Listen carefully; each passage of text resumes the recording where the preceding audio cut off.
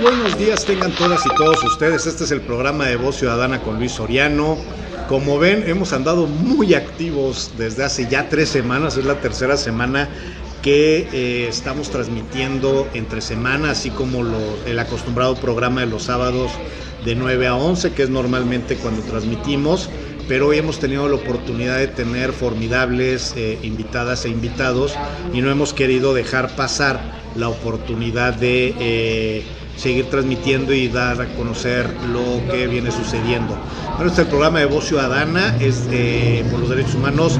La intención de este programa es una herramienta para el colectivo Voz Ciudadana por los derechos humanos que venimos funcionando desde el año 2011, en donde hemos trabajado en el acompañamiento a víctimas, hemos caminado también en la incidencia política al gobiernos municipales, estatales y federales, así como también hemos buscado generar iniciativas necesarias que consideramos nosotros que ayudan a dignificar los derechos humanos en nuestro entorno. Cosas como la Comisión Estatal de Búsqueda de Personas, que fue impulsada, instaurada por la misma Voz Ciudadana, por los integrantes de Voz Ciudadana desde el gobierno del estado, en aquel gobierno interino, así como la Comisión de Ejecutiva de Atención a Víctimas, que fueran instancias que se había negado el estado, el gobierno del estado, a crear y estipular o formar aquí en el estado, y que en un breve lapso de 6 meses logramos construir tanto la Comisión de Búsqueda de Personas, la Comisión de Víctimas, el Comité de Atención a Defensores y Periodistas en Riesgo. Logramos generar un diagnóstico, hemos logrado construir muchos temas, que esas son acciones que se hicieron, pero también hemos buscado realizar muchas acciones que inciden desde la sociedad civil, y que es muy complicado poder incidir, pero cuando se logra, bueno, son logros a lo mejor para la vista de algunas gentes son pequeños, pero que se requieren esfuerzos enormes para lograr generar esto. Y pues evidentemente una de las herramientas para incidir es la visibilización mediática de los contenidos que los diferentes defensores y defensoras tienen en sus acciones como colectivos o como individuos o individuas del tema de los derechos humanos.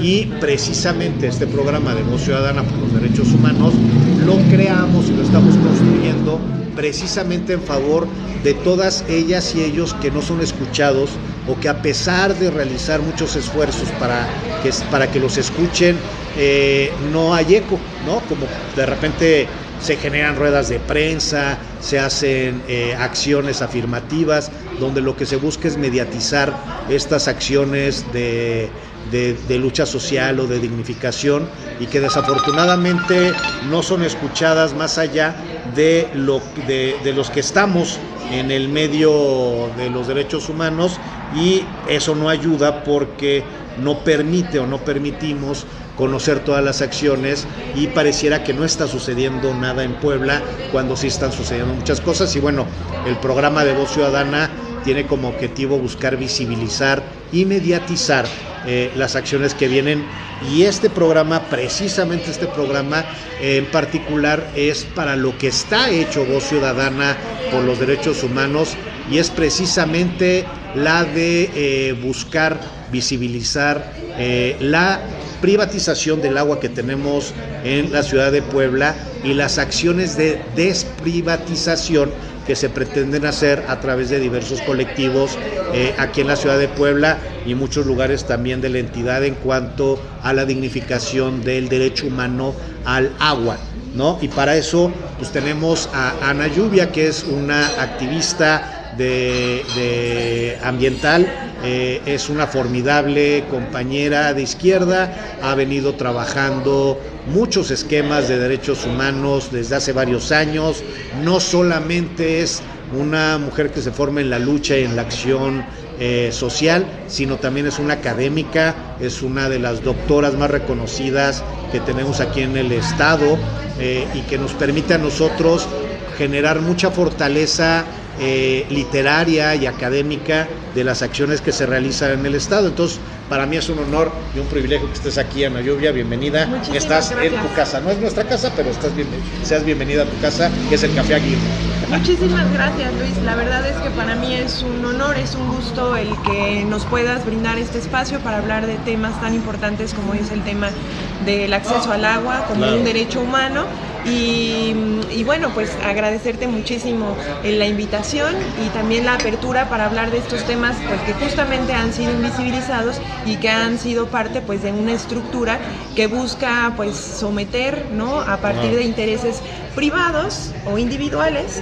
Y así que pues muchísimas gracias. No, feliz. Oye, a ver, pero pues empecemos por el principio, ¿no? Vale. Empecemos de quién es Ana Lluvia, a qué se dedica, por qué está en esto, de dónde viene, hacia dónde va. ¿Quién es Ana Lluvia? Bueno, pues primero decir que soy madre, soy feminista, soy académica, estudié en la universidad pública, mi casa la UAP, y ahora soy profesora de la Facultad de Ciencias Físico-Matemáticas de la UAP. ¡Wow! Yo soy economista, de formación o de deformación, como dirían algunos. Y después hice una maestría en economía, en economía ahí mismo en la Facultad de la UAP. Y luego en economía política del desarrollo. Ahí terminé el doctorado, hice una tesis sobre la desaparición de los 43 compañeros de Ayotzinapa, y bueno, lo que buscaba justamente en esa tesis pues era visibilizar el crimen de Estado que había ocurrido y toda la movilización y la agitación social que provocó un hecho que nos dolía pues a todos los mexicanos. Así que pues hablé sobre una violencia estructural, de una violencia sistémica, como parte, digamos, primigenia o esencial del sistema capitalista, y de cómo de alguna forma dentro de las políticas de crimen de Estado y de desaparición pues era un modus operandi. Así que bueno, ¿cuál fue la conclusión que tuviste entonces ahí? Bueno, que había sido un crimen de Estado, ¿no? Evidentemente, desde ese momento yo seguí toda la información que había trabajado, exactamente, ¿no? Y bueno, también seguí como esta línea de los propios dichos de los compañeros de Ayotzinapa. Pues trabajábamos con ellos, yo era una estudiante en esa época, de hecho yo entré al doctorado con una propuesta distinta, pero en el camino, digamos, esta indignación, esta rabia y este quehacer académico propositivo, pues me hizo virar, ¿no?, cambiar de opinión y presentar una propuesta que el posgrado lo vio con buenos ojos y pues me dieron la apertura de hacer esta investigación. ¿Estás trabajando con CONACYT?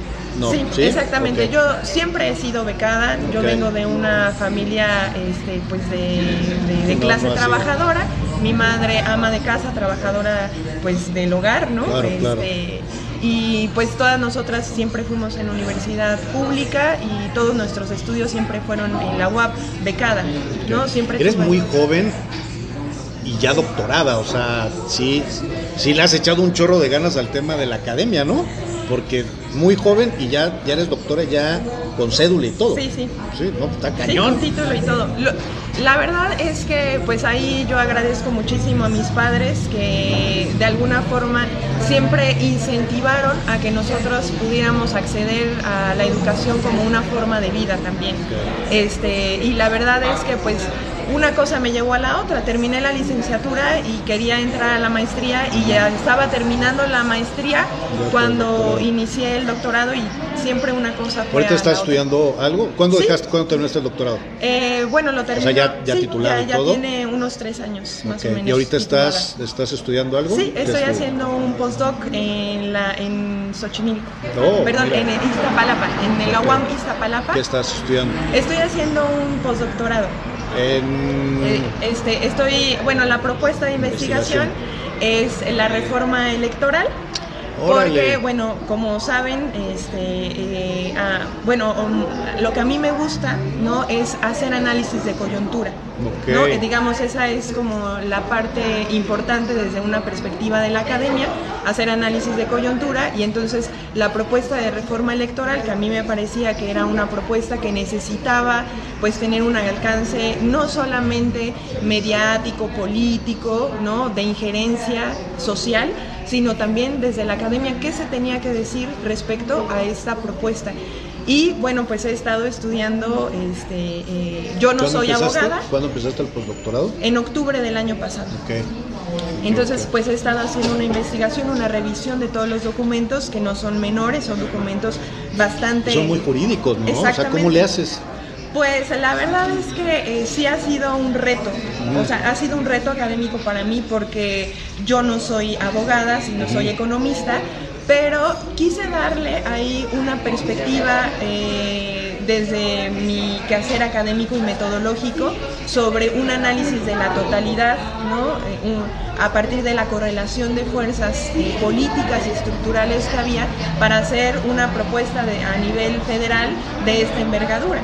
Y sí, que es más como no netamente jurídico, sino desde una perspectiva diferente que va a ayudar a los jurídicos, que son muchos que andan analizando esto, pero con una perspectiva totalmente diferente, ¿no? Esa es un la enfoque intención, diferente. así es, esa es la intención. Y evidentemente pues sí tengo que estudiar los artículos y tengo que saber de qué va para saber cuáles son los cambios que se están proponiendo, pero más allá de eso, pues hacer como este análisis de correlación de fuerzas, ¿no? Que hay en el interior y de cómo de alguna forma pues se han ido moviendo a partir de esta propuesta, porque siguen moviéndose, aunque sí, claro, ha sido rechazada, ¿no? Se sigue moviendo el tema porque, bueno, el tema siempre del Instituto Electoral pues ha sido un tema muy álgido, donde no es ahorita lo que sucede, sino hay que mirarlo también con una perspectiva histórica, que es también lo que yo quiero rescatar. La evolución, ¿no? La evolución de cómo ha ido.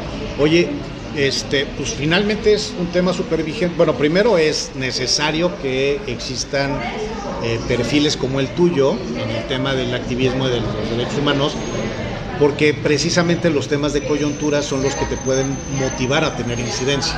Entonces tú ya vienes construyéndote en eso, que es formidable. Pero también el tema electoral, que es el que ahorita estás metida desde la ciencia, es bien importante porque, según lo que ha dicho el presidente de México, esta lucha no ha terminado, ¿no? El famoso plan C que dice que es generar la mayoría, pero para que precisamente antes de que él se vaya, venga la gran reforma electoral, ¿no? Esta gran reforma electoral.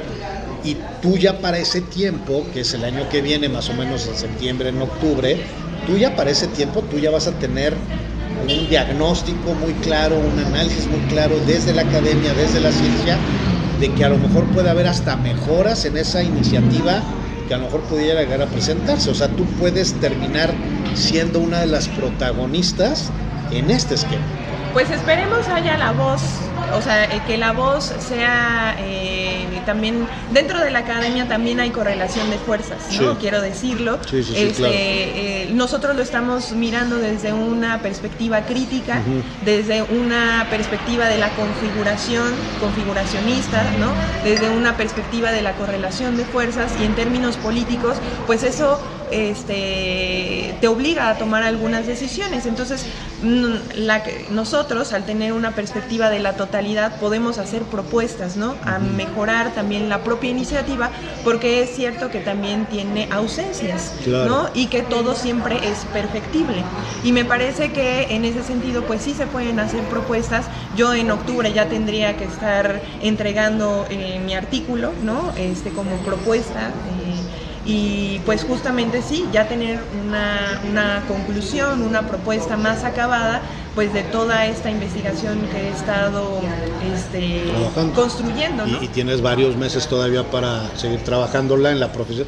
Que acá lo importante es eso, a ver, no es una ocurrencia lo que estás haciendo tú, o sea, el tema, la reforma electoral, como de repente lo dicen los partidos de oposición o estos activistas que también son de oposición, etcétera, etcétera, dicen es que es una ocurrencia, la sacaron al vapor, etcétera, etcétera. Ok, va, eso ya no existe, pero lo que sí va a existir va a ser la presentación de la nueva iniciativa con la nueva legislatura que va a llegar.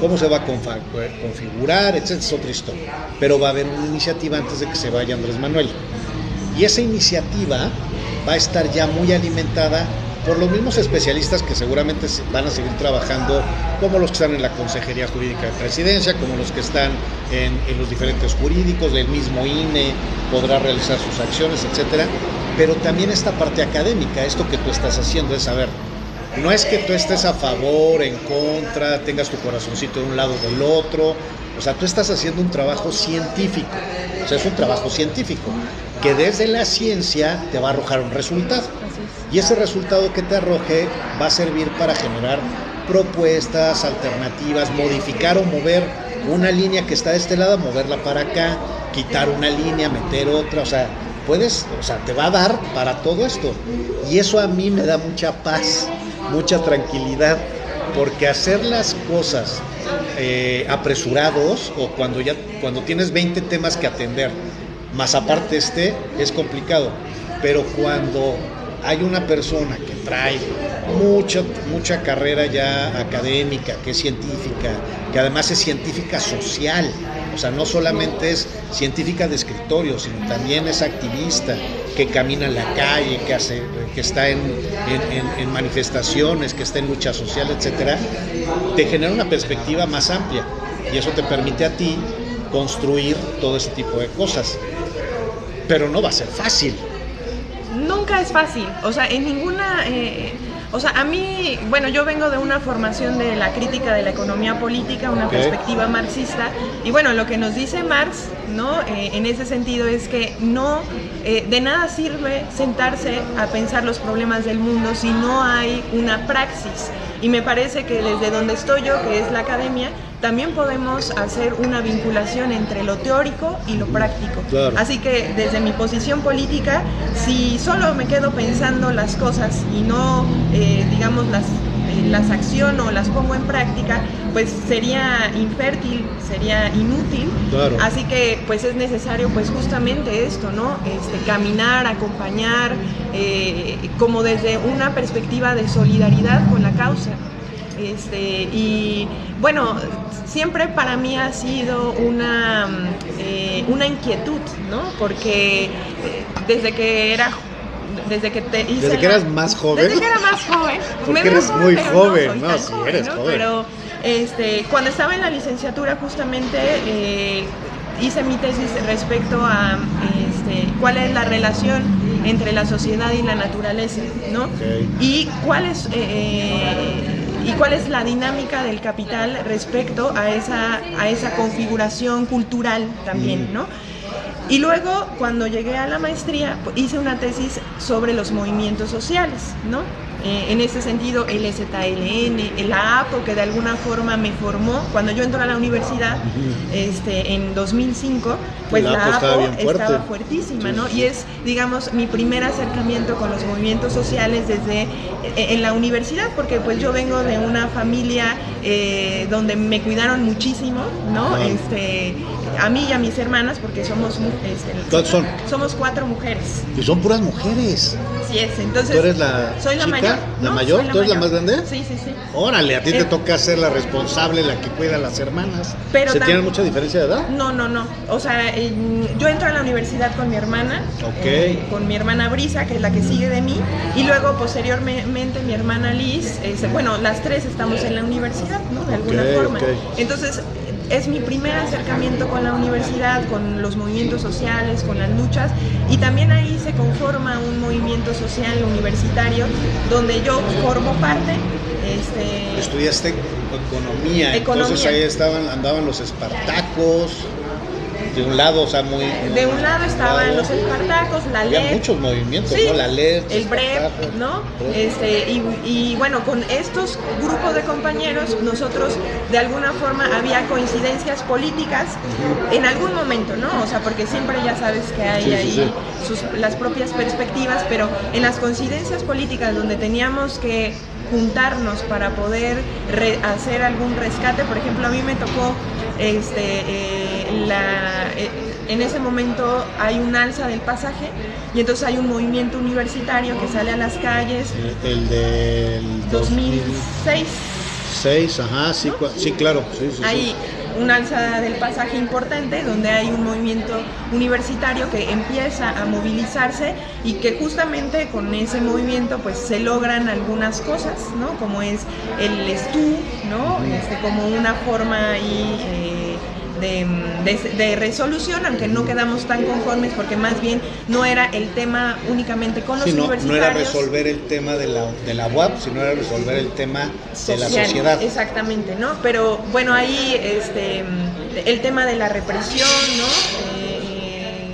Tuve también...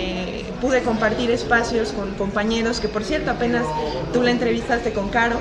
Ok, ¿no? Sí, a Caro González. Exactamente. ¿Es compañera? ¿Es generacional de ustedes? No, pero... Cuando estaba en el tema de los presos políticos. Exactamente. Entonces yo ahí la conozco y ahí empiezo también a involucrarme más. Es formidable la Caro. Claro, ¿no? Sí, es una compañera increíble de la cual pues yo aprendí muchísimo porque justamente estaba pues en un momento de formación política y conozco a otros compañeros.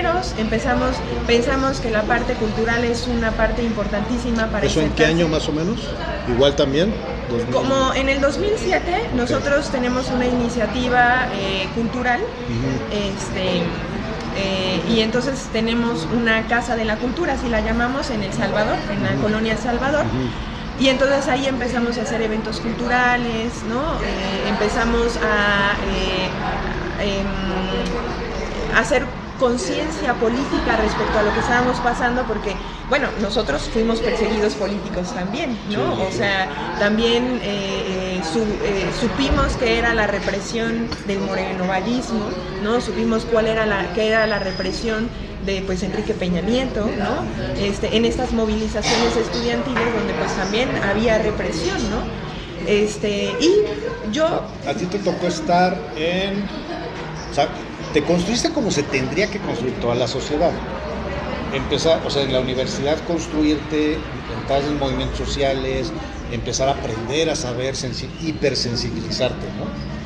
Pero también terminaste la carrera, la licenciatura, y seguiste en los movimientos sociales, seguiste en la lucha social, independientemente de la maestría, ya además de la maestría, del doctorado, etcétera, pero seguiste en la lucha social hasta donde yo tengo entendido, ¿no? Sí, mira, para mí es una forma de vida. O sea, los amigos, la familia me dicen, ¿en qué momento haces tantas cosas? No lo sé. Creo que tiene que ver con una voluntad de querer transformar.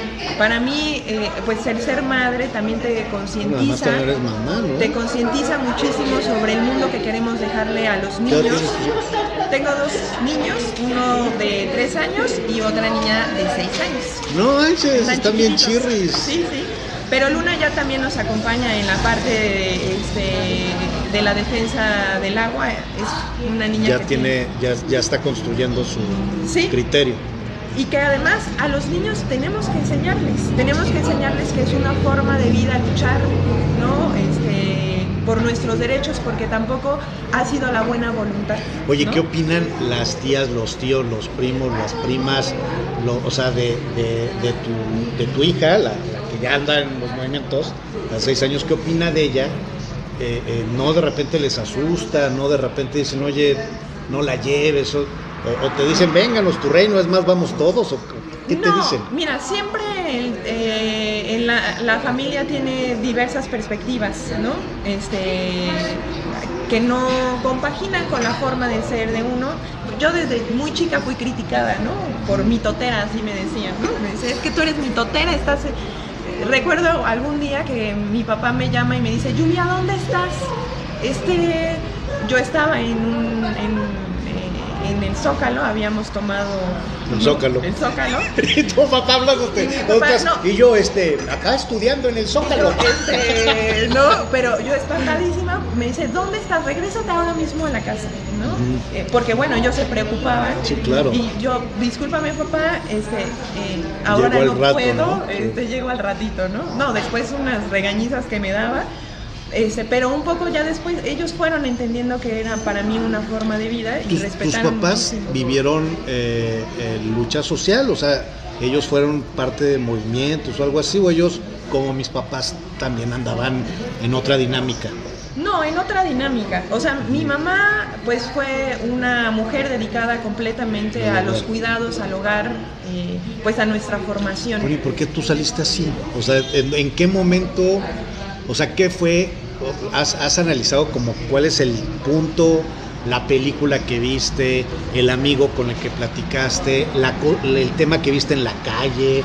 o qué fue eso que dijiste, esto no debe de ser así? A pesar de que mis papás no estaban vinculados con la política, siempre fueron muy sensibles a los temas sociales, ¿no? Y creo que esa parte, esa semillita me hizo pues tener algunas lecturas. Los libros siempre son una puerta al mundo impresionante, así que yo les invito. ¿Te gustaba leer mucho a ti? Pues cuando eras chica. Mi primer libro, no vas a decir que fue la de Carlos Marx. No, claro que no. A mis 4 años leí que como Marta de baile, ¿no? No, como Marta y Gaera. Vale, no, mira, fíjate, yo ya empecé grande con la parte de la lectura. Sí, ya yo estaba en la prepa y sí leía algunos cuentos, algunas novelitas, pero no, digamos como parte del que los maestros te dicen, ¿no? Lee tal libro, ¿no? Así como más por un tema de tarea o algo así. Pero el primer libro que yo quise leer por cuenta propia fue el libro del Che de Paco Ignacio Taibo II. Bueno, también es una novela, no una novela, pero sí lo cuenta como una novela Taibo, ¿no? Exactamente, entonces para mí ese libro me engancha, sí, ¿no? Claro. Y luego empiezo a leer otras novelas que Taibo, para mí son muy importantes. Sí te das cuenta que de repente Taibo es una persona que ha sido el responsable de hacer mucha gente de izquierda por ese libro. O sea, hay mucha gente que se volvió de izquierda por leer eso, que de repente lo sentía como un cuento, ¿no? O porque traía la camisa acá del Che. Ya. O sea, algo te movió a ti dentro de ti ese libro, ¿no? Pues para mí siempre la figura del Che ha sido un ícono, ¿no? Un luchador social, ¿no? Importantísimo de la era sí, de claro. Latinoamérica. Y luego pues empiezas a leer otros autores. Bueno, y en Angola, y bueno, sí, del mundo. No, que tienen que ver con una perspectiva también pues de clase, de raza, de género, y que de alguna forma pues te sientes vinculada, dices, pues yo no soy distinto a ellos. Claro. Y aunque nosotros, digamos, ¿no? Somos los invisibilizados, los nadie, los que desde un lugar muy chiquitito estamos haciendo cosas muy chiquititas, porque esa es la realidad, podemos transformar, ¿no? Entonces, yo no creo en esta idea neoliberal de que la suma de los esfuerzos generaran un cambio. Sí, es cierto. Si cada uno de nosotros, o sea, tiene que ver con, hay una parte de verdad que tiene que ver con que sí es individual la conciencia política, ¿no? O la conciencia de dónde estás parado, en el tiempo en el que estás parado y lo que puedes transformar. Pero si no aprendemos a organizarnos, ¿no? Como esa lucha de voluntades, no habrá un cambio, ¿no? De fondo, radical, pero en el sentido estricto de la palabra radical, que es de ir a la raíz de las cosas, pues no tiene sentido esta suma de voluntades sin una organización. La conciencia colectiva, ¿no? O sea, la conciencia colectiva desde la organización, acciones, visibilización, como dices, la raíz. Y todo esto me lleva precisamente al tema que traes ahorita en lucha, ¿no? O sea, porque precisamente la conciencia social la debemos de entender desde la dignificación de nosotras y de nosotros mismos. Y si no pensamos en dignificarnos, por lo menos pensemos en salvarnos. Y salvarnos también es esto, ¿no? O sea, sin el agua no existimos. Los mexicanos sin maíz no hay país, claro, dicen, ¿no? O sea, pero todo es en torno a lo que es la naturaleza. Tú eres un activista ambientalista, ahora quiero platicar con la ambientalista, ¿no? Porque la académica es formidable para generar mucha base social y mucha base académica y mucho contenido necesario, pero la activista también es de ideas, está echada para adelante, trae muchas propuestas, es imparable, y eso es lluvia, ¿no? Y eso hace lluvia y viene haciendo desde hace mucho tiempo. ¿Qué es lo que está pasando o qué es lo que pasó en Puebla? Primero te preguntaré, ¿qué es lo que pasó en Puebla como para estar hoy privatizados? O sea, de que no tenemos, de que el agua no es nuestra, o sea, el agua no es un derecho humano en Puebla, es un objeto de comercio. ¿Qué nos llevó, o sea, qué nos puso en esta posición? O sea, pensando más en esta situación de ser, en esta lógica de coyuntura, ¿qué es lo que pasó? Pero antes de que, para que le piensas qué vas a decir, te voy a decir quién nos han saludado. Dice Rosario Apusqui Pérez, Víctor Hugo César Ramírez dice: qué interesante e importante es la vinculación entre academia y sociedad. Es muy loable la labor de la compañera Ana Lluvia García, felicidades, ¿no? Y ahí están algunos de los comentarios. Dice Puebla Consulta: saludos Ana Lluvia, genial trabajo, ciudadano el que representas, enhorabuena, los esfuerzos, únanse a Puebla Consulta. Va, nos unimos, ¿no? Muy bien. Oye, ¿qué nos llevó a esto? Primero, entender que hay una dinámica estructural en el país que tiene que ver con la inserción de políticas neoliberales, ¿no? Que atraviesan también el tema de los recursos naturales, evidentemente como uno de los espacios de generación de ganancias, ¿no? Y donde el capital pues ve ahí un tema importante para pues eso, la generación de ganancias, y el tema del agua no es menor, justamente porque la creación de mercancías pues tiene que ver con el tema del agua, ¿no? De los recursos naturales. Se viene 36 años de privatizar la naturaleza, de privatizar los bienes de la nación, y Puebla no se queda atrás, ¿no? Entonces viene una empresa, ¿no?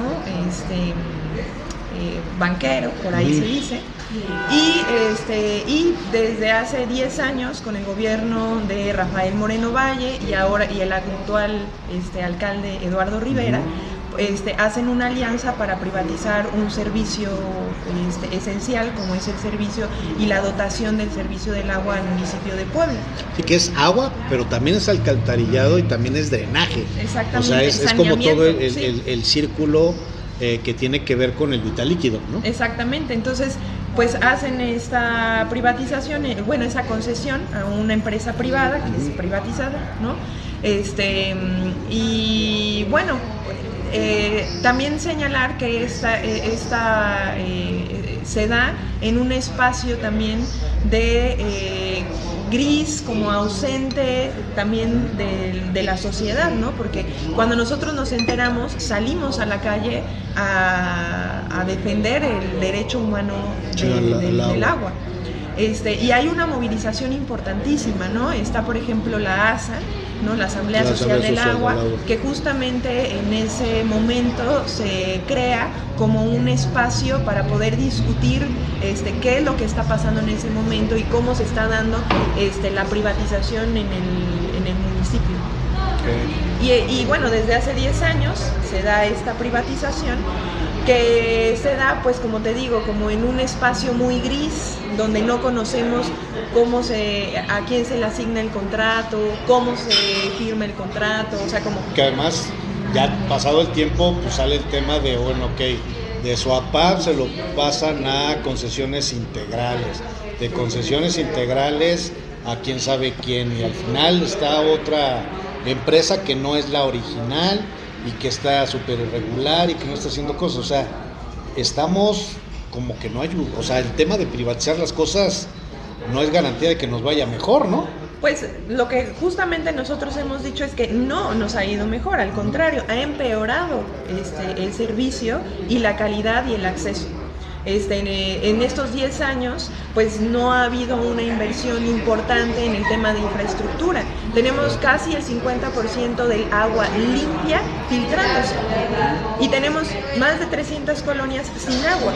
Entonces, y tenemos que cada vez las cuotas... ¿Cuántas colonias hay en Puebla? Para más o menos por 1,200, ¿no? Sí, más o menos.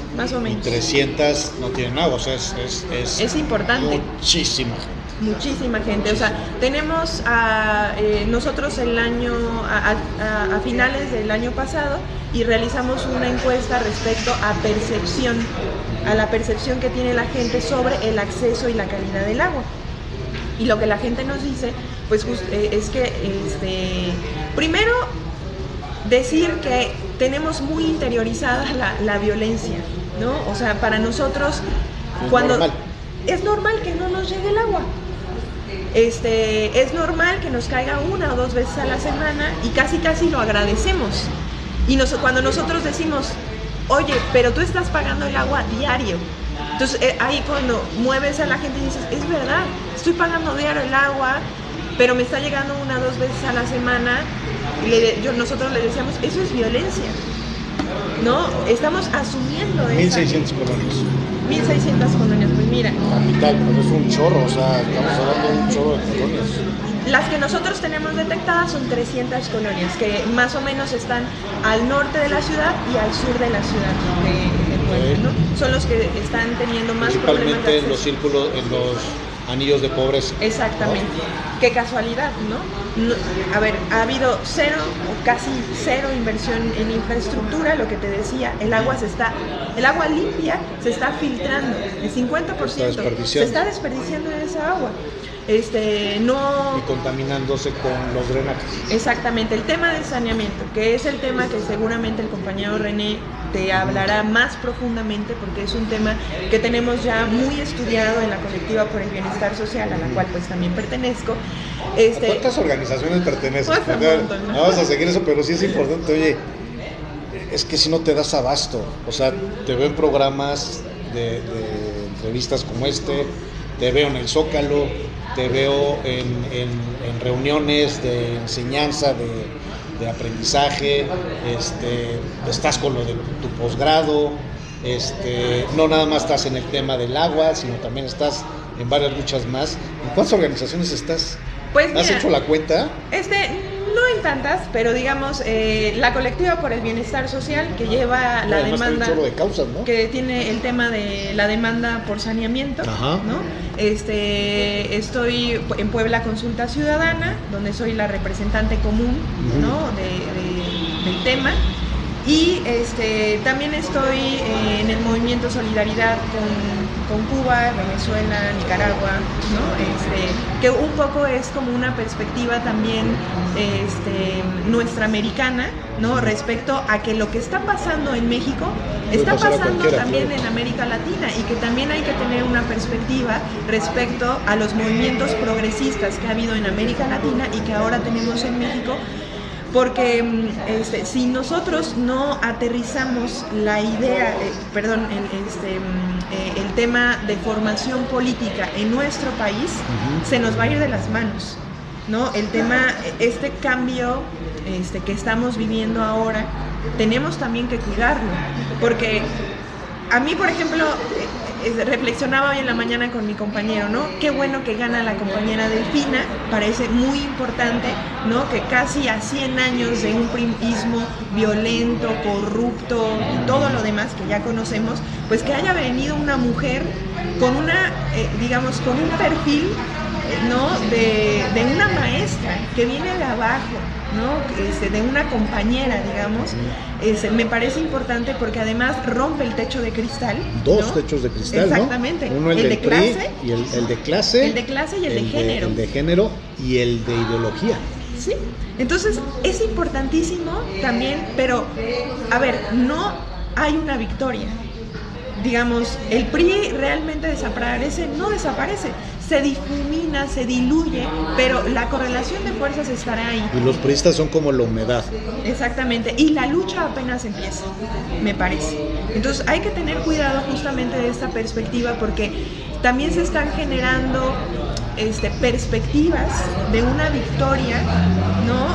De la maestra Delfina, que me parece que no está terminada, sino que apenas comienza la verdadera lucha en esos espacios donde pues el Estado de México pues es conocido porque es el lugar donde más violencia, de feminicidios, o sea, hay muchas cosas para adelante. O sea, era importante ganar la gubernatura, ¿no? Pero ganar la gubernatura no automáticamente se va a resolver nada, al contrario. Exactamente, entonces regreso. Si nosotros no tenemos una perspectiva de la totalidad, es decir, de lo que puede pasar si nosotros no tenemos una conciencia del reto que implica gobernar en un estado como es el de la Ciudad de México, entonces habrá una desilusión social. Y entonces habrá un viraje hacia la derecha, porque pues ellos saben hacer las cosas, ellos están más capacitados, tienen más experiencia, nosotros tenemos que saber a lo que nos enfrentamos, y no sucede lo mismo que ha sucedido en América Latina, ¿no? Y donde hay un retorno de la derecha, porque hay una desilusión social de lo que ha sido había el expectativas progresismo. muy altas, ¿no? Exactamente. Que además eran las expectativas que casi era bajar el switch y subir el switch, ¿no? Cuando la realidad es muy profunda. Exacto. Eso que dices de Latinoamérica, digo, a mí me tocó tener la oportunidad de trabajar para la Organización Mundial de Derechos Humanos y Paz como titular de la dirección para América Latina.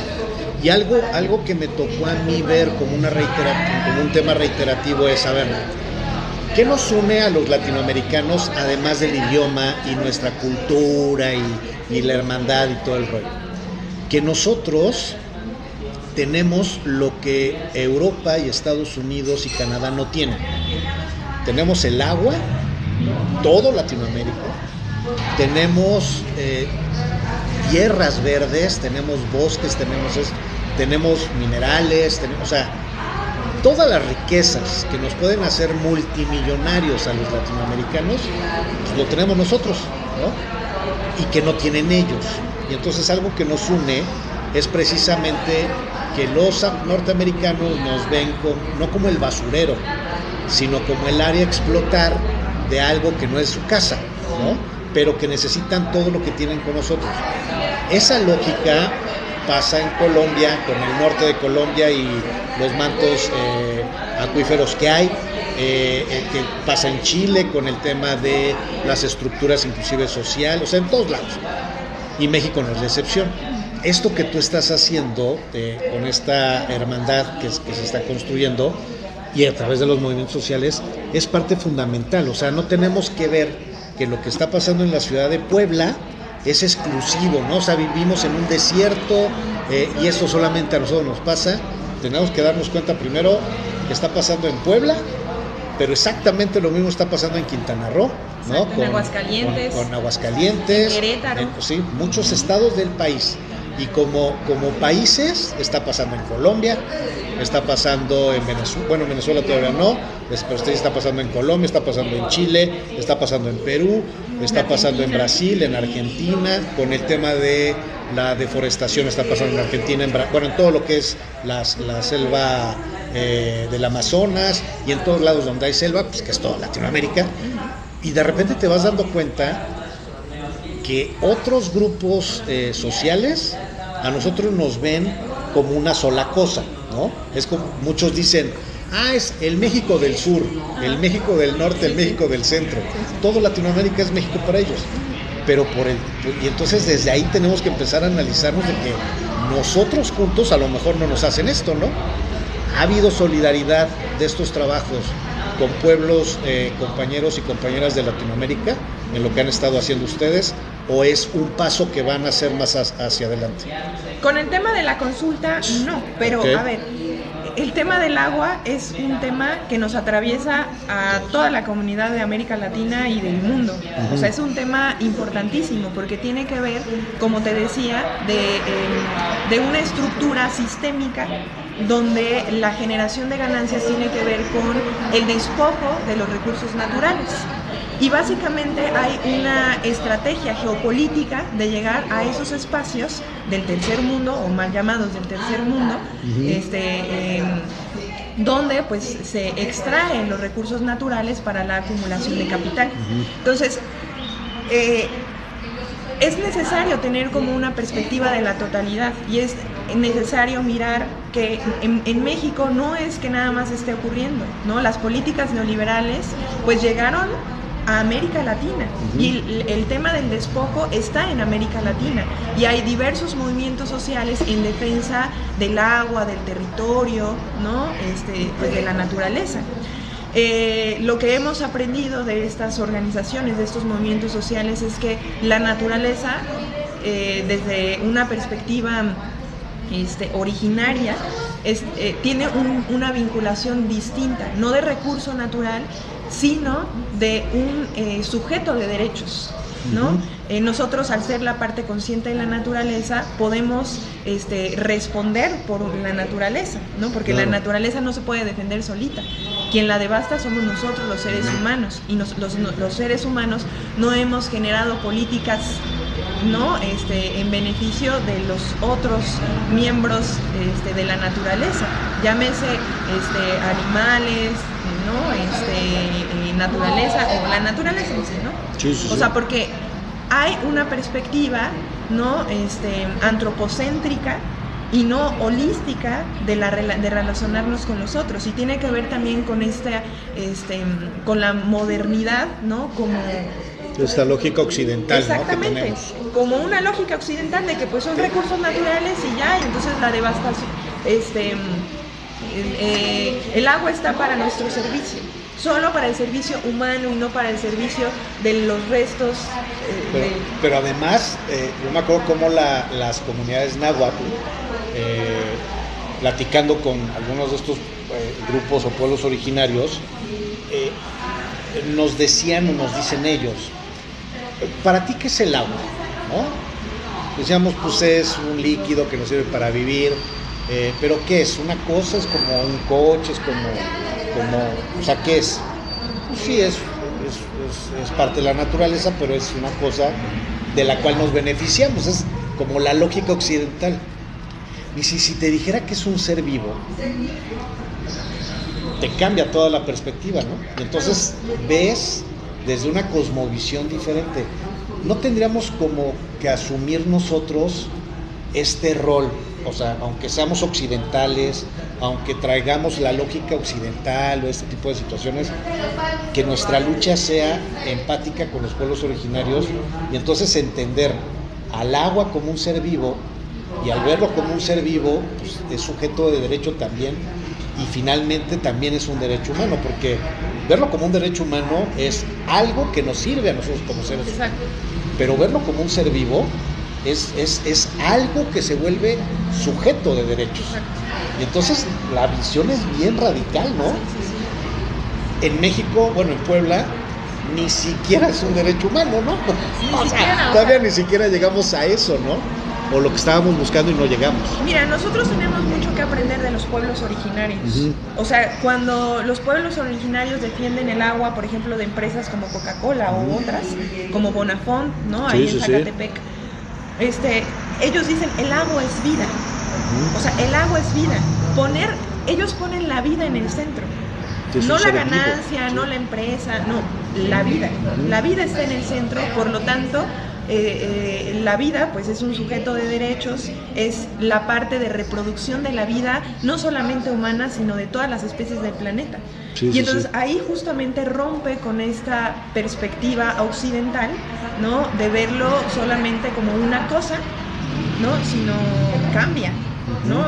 Sustancialmente cambia ahí la perspectiva, y yo creo que ahí los pueblos originarios pues nos han enseñado muchísimo respecto a esta perspectiva holística y de defensa del agua, porque además atraviesa todos los momentos de la vida.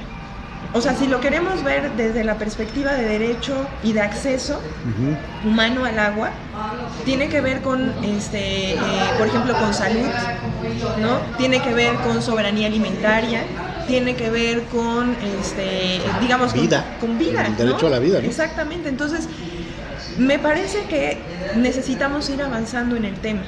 ¿Y cómo podemos hacerlo? Sí, se necesita haber como una conciencia y una cultura respecto al manejo también, ¿no? De los residuos, del acceso, del cuidado, porque también hay esta idea donde se responsabiliza al individuo, ¿no? O sea, a mí como individuo tenemos un montón de comerciales donde se me responsabiliza, y entonces se genera como esta sí, yo soy el malo, ¿no? Yo soy el malo, yo soy el que tiene el problema. Y libero al Estado, libero a las grandes empresas, y al final es el ciudadano de a pie el responsable, ¿no? Siempre somos los responsables. Entonces yo creo que sí hay que hacer una conciencia y decir, bueno, sí somos responsables, ¿no? Porque somos parte de un círculo, digamos, vicioso de producción y consumo, donde nosotros, pues al ser consumidores, nos volvemos responsables. Pero que, digamos, si nosotros no entendemos todo ese proceso en la totalidad, como de un análisis crítico. Entonces no podemos mirar también dónde estamos parados. No vemos el bosque, tiempo, vemos espacio. un árbol. O sea, al ver un árbol no vemos el bosque, ¿no? Entonces hay que responsabilizar, o sea, y con nombre y apellido. No se vale decir las empresas, sí. A ver, ¿cuáles son las empresas? ¿Cuáles son los vínculos del gobierno con esas empresas que no generan políticas públicas de cuidado, de acceso, ¿no? Porque pues ahora vemos instancias que son que están teniendo una actuación endeble, ¿no? Respecto a las necesidades de una empresa, ¿no? ¿Y dónde estamos los ciudadanos? Ahora, hablemos como de estos temas que son importantísimos, que nos atraviesan, como es el tema del agua. Hoy en día, en Puebla, tenemos a 8 años de tener acceso al agua, como la estamos teniendo ahora. Hay una crisis hídrica importantísima en nuestro municipio y en el estado. Y si nosotros no somos conscientes de que además está abriendo como esta parte de otras inserciones de empresas, ¿no? O sea, aquí en Puebla tenemos a la Volkswagen, tenemos a Audi, próximamente a Mercedes-Benz, que necesitan miles y miles de litros de agua para un automóvil, que están vertiendo sus desechos en nuestras... El agua que necesitan es agua pura y limpia. No, puede ser agua tratada. O Exacto. sea, que esa de repente es la lógica, ¿no? Ahorita tocaste 80,000 temas sí, perdón, que terminan, pero está bien, que terminan afectando muchas situaciones. A ver, estamos hablando de estas empresas que gastan mucha agua, las automotrices. ¿Pueden utilizar otro tipo de agua? Pues yo creo que sí, otro tipo de instrumentos, yo creo que sí. Estamos hablando de las grandes empresas como Bonafón, etcétera, que para venderte una botellita de agua se tienen que gastar 5 litros de agua más para darte una botellita, ¿no? Casi. Es un absurdo, ¿no? Y es agua limpia la que usan. El socavón que tenemos aquí en la ciudad, cerca de la ciudad de Puebla, mucho tiene que ver porque no había agua ya, porque se estaba acabando el agua y se hunde la tierra. Y de repente vamos viendo el agua que se va filtrando a las cañerías porque no está bien los tubos, ¿no? El agua que tenemos nosotros es sarrosa, sucia, muy contaminada, que además de dañar tuberías y hacer todo eso no la podemos tomar. Y entonces no podemos tomar en vaso de agua a menos que sean en garrafones. Y entonces también gastas más agua y se ve una necesidad. O sea, y de repente vas viendo y dices, oye, este es un mega negocio de los poquitos dueños del agua. Es Aguas de Puebla, en Puebla, son los dueños del agua y de repente ellos son los que deciden, los que dan, los que suben, los que bajan y los que terminan beneficiándose, no a nosotros. Esto es gravísimo y esto no tiene conciencia la gente y a través de las consultas es como de repente se puede concientizar. Es importante saber que traen esta acción ustedes, están buscando generar una consulta, ¿no? Platícanos de eso, porque también ya se nos anda acabando el tiempo. Bueno, les platico muy breve. Puebla Consulta Ciudadana justamente es una iniciativa que surge de la ciudadanía preocupada por este tema importantísimo. Como no ha habido voluntad política ni del municipio, ni del estado, ni de ningún actor que pueda tener incidencia. Ajá. Entonces nos tuvimos nosotros que movilizar para poder llamar a una consulta, ya que en la Constitución pues podemos tener esa, tenemos esa apertura, ¿no? Okay. Entonces los ciudadanos llamamos a una consulta, tenemos a un grupo de abogados que estudió la Constitución y que investigó sobre esta iniciativa y de cómo la ciudadanía pues podíamos llevarla a cabo. Esto comienza en octubre del año pasado, donde empezamos a hacer reuniones para poder ver cómo podríamos hacerle. Ya en septiembre tomamos la decisión de que sí, nos vamos a una consulta y en enero comenzamos los trabajos de recolección de firmas. Para elevarlo constitucionalmente, se puede hacer una consulta. En el municipio de Puebla necesitamos, según el INE, necesitamos el 3% del padrón, que más o menos son 30,000 firmas. O sea, digamos que usted, para poder hacer esto, necesitas tener un partido político, o sea, crear un partido político. Eso se necesita para un partido político, más bien pues para ser candidato independiente. Exactamente, o sea, para que la ciudadanía, ¿no? Para que la ciudadanía pueda tener voz, necesitamos 30,000 firmas. Y pues estamos desde enero estamos con la recolección de firmas, estamos teniendo brigadeos, tenemos mesas de recolección de firmas, donde no solamente, digamos, para nosotros, en términos concretos, lo que nos sirve es la firma, pero más allá de eso es la iniciativa de informar a la población qué está pasando y del problema tan importante que tenemos en Puebla con la crisis hídrica, claro, y de cómo nosotros los ciudadanos pues podemos ser actores activos en esta consulta ciudadana. ¿Dónde te pueden buscar? Porque además esto yo creo que, o sea, hay mucha gente que de repente quiere hacer algo, quiere ayudar de alguna forma, pero son tantas las cosas que hay que de repente se pueden llegar a perder. Si hay un tema ya más concreto como el que vienen trabajando ustedes, a lo mejor se les puede facilitar más el poder apoyar algo. ¿A dónde las pueden buscar? ¿A dónde los pueden buscar? ¿Tienen alguna página de Facebook, de Twitter o algo?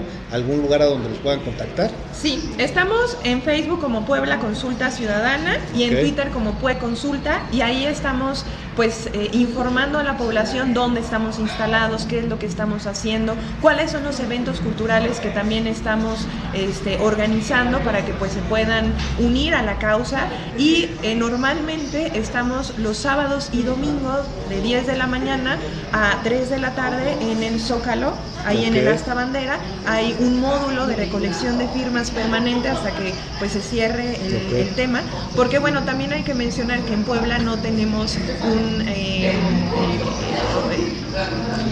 no tenemos una gran cultura de participación ciudadana, ¿no? Entonces ahora es el momento de pues que a los poblanos se nos pregunte si queremos que una empresa privada nos dote de ese servicio. Lo que nosotros decimos es que tiene que remunicipalizarse, porque el Estado tiene que garantizar el derecho humano al agua, no una empresa. La empresa lo que necesita pues es la acumulación de capital, de ganancias, y ese es su ejercicio, ¿no? La de una empresa. Son dos vías, entonces. Una es que se queden las cosas como están, una empresa privada haciendo lo que está haciendo, bien, mal o regular, es lo que hay ahorita, o cambiar a que sea el municipio de Puebla el que se haga responsable del agua y alcantarillado de la ciudad. Exacto. Y en base a eso ya poder ir hacia adelante y poder construir. Sí, exactamente. La consulta, o sea, nosotros le pedimos al INE que llame a una consulta, y esa consulta ciudadana el INE tendrá que llamar a una participación donde tendría que participar el 40% de la población. Okay. Esto ya ha pasado antes en Quintana Roo, hubo un proceso. ¿Y cómo les fue? En Quintana Roo se lleva a cabo todo el proceso, ¿no? Pero aunque gana el que sí se debe de revocar, ¿no? La concesión, no llega al 40%, por lo tanto pues no es vinculante. Pero los ejercicios, son los que fueron necesarios. Exactamente, porque visibilizó el problema del agua que tienen allá en Quintana Roo. Tenemos una situación, todos los que somos activistas y defensores, somos resilientes, tercos. Y aunque no nos salga una, lo seguimos y seguimos y seguimos, y eso es lo que vienen haciendo ustedes. Esto que vienen haciendo ustedes es bien importante para la gente que entienda. El acuerdo de Escazú, que está firmado por el Estado mexicano, obliga a tener que respetar todo este tipo de acuerdos y a proteger y defender a personas, activistas, ambientalistas, que ya es vinculante además. O sea, ya no es un tema de buen deseo, sino se vuelve un esquema vinculante. Entonces es bien importante que se sepa, que se acerquen a Lluvia, que puedan platicar con ella, que vayas a dar una vuelta el fin de semana allá al Zócalo firman, etcétera, platican contigo. Está Néstor, supongo. Sí. Hay varios. ¿Qué otros compañeros andan por ahí? Pues mira, esta Puebla Consulta Ciudadana es un grupo que aglutina a otros colectivos, a otros movimientos sociales o a otros actores políticos. Es un colectivo de colectivos. Exactamente, ¿no? Porque necesitamos una estrategia de recolección de firmas importante. O sea, yo puedo decir 30,000 firmas, pero eso es una cantidad. Pero pueden ser más, la idea es que sean muchísimas más. Que sean, ¿no? Muchísimas más, porque además el INE estará observándonos, ¿no? Y será muy cuidadoso con la entrega. Hay que promocionar hagamos. esto, hay que visibilizar. Claro, y estamos en la lucha. Y bueno, agradecemos a los medios de comunicación independientes que nos hacen favor pues de todo el tiempo tenerlo presente, y evidentemente estamos bloqueados porque pero hay que seguirle, ¿no? Se va a romper el cerco. Hormiga. Estamos haciendo un trabajo hormiga importantísimo. Están en buen tiempo. Y estamos en buen tiempo, estamos trabajando. Y hay muchos aliados importantes que nos ayudan a visibilizar el tema. Lluvia, dice Néstor López Espinosa, qué bonito es escuchar a la compañera Ana Lluvia García. Siempre aprendemos de ella. En el colectivo por el bienestar social estamos orgullosos de Lluvia. El agua no se vende. También dice Néstor, Lluvia siempre nos carga de energía y nos motiva a no rendirnos con su ejemplo, nos demuestra que todo es posible. Y la neta es que sí. Un abrazo a Néstor, ¿no? Sí. que anda ahí convaleciente de una operación que se cuide. Sí, ¿no? Abrazos, Néstor. Oye, pues muchísimas gracias, Lluvia, que haya estado con nosotros. ¿Algo con lo que quieras cerrar? Pues nada más pedirles que se incorporen a las actividades que tiene Puebla Consulta Ciudadana, que nos apoyen con su firma, que cuando vayan a alguna reunión familiar se lleven su formato y nos ayuden a recolectar las firmas, que son muy importantes para visibilizar el tema de la crisis hídrica que está viviendo Puebla, y también de una crisis de derechos en el acceso al agua, al saneamiento, al alcantarillado que tiene también Puebla, y que pues nos ayuden también a hablar del tema con sus familiares y pues a organizarnos, que esto es un esfuerzo de todos y para todos.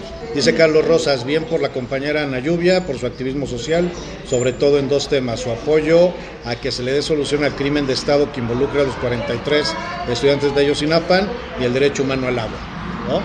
Cumplido, ¿no? Lluvia, muchas gracias por haber estado acá con nosotros. Lo único que me resta es agradecerles a ustedes la atención de habernos acompañado. Fue la primera transmisión de Voz Ciudadana por los Derechos Humanos del día de hoy. En unos segundos más vamos a tener otra plática también bien interesante, no se la pierdan, vale la pena. Vamos a seguir hablando de derechos humanos. Aquí es el derecho humano al agua. Ahorita vamos a hablar de los derechos humanos de las mujeres, que es bien importante poderlo tratar también. Entonces, todo va vinculado, todo es transversal, y todo es necesario que se pueda escuchar y que se pueda hablar de esto. Muchísimas gracias, Lluvia, muchísimas gracias. Gracias a las y los compañeros. No se vayan todavía, vamos a volver a transmitir ahorita un nuevo video. Esto fue Voz Ciudadana por los Derechos Humanos. Hoy es 6 de junio del 2023, es la 1:02 de la tarde. Lo único que me resta decirles a todas y a todos ustedes es gracias, adiós y sean felices. Bye.